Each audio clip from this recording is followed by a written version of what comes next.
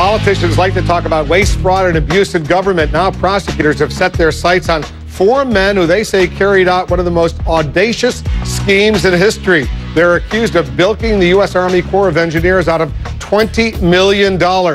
Brian Todd is investigating for us. Brian, what's going on? Wolf, we were in court today, picked up some extraordinary detail on this case. Those four men were ordered held without bond. One prosecutor told me this is one of the largest, if not the largest, government contracting scandal in U.S. history.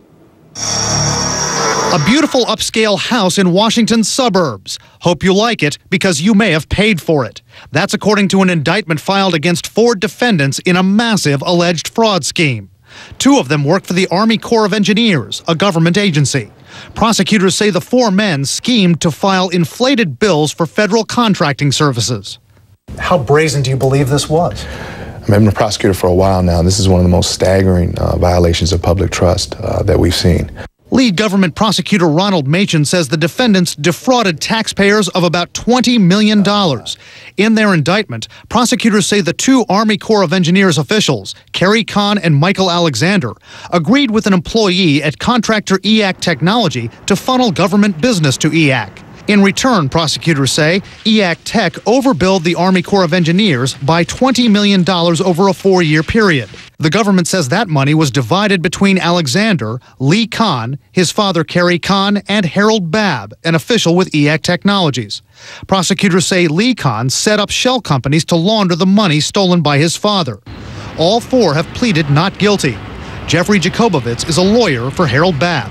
We've heard one side of the story. We've heard the government's version of the facts. And generally, obviously, there are two sides to the story.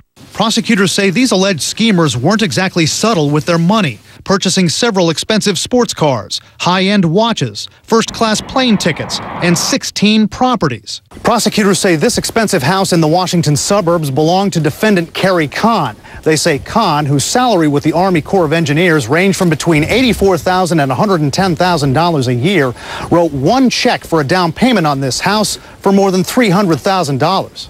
EAC Tech did not have to compete with other bidders thanks to special rules for Native Alaskan companies, rules which critics say make fraud easier. This is the kind of stuff that happens when you allow giant no-bid contracts to very tiny companies that then hire somebody on the back end to actually do the work.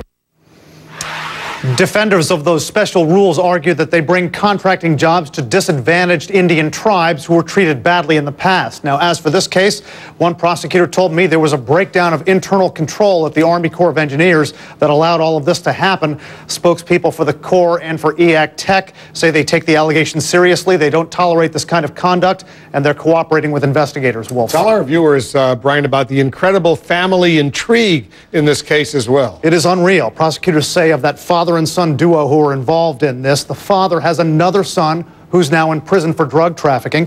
Prosecutors say that son heard about what was going on. He told his father and brother, if you don't pay me a certain amount of money, I'm going to go to the feds with this. They say then the son who's allegedly involved in this, Lee Kahn, threatened to kill the brother who they say was trying to extort them, his own brother. This is a government document, the prosecution document. Here's a quote, quoting a phone conversation between Lee Kahn and his father. He tells his father, quote, if anything like that happens, you are losing a son because I will kill that MF-er myself.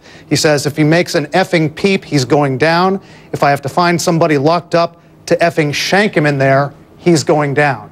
He's talking about killing his own brother. One of his defense attorneys said, you can't judge him by that. It was heat of the moment.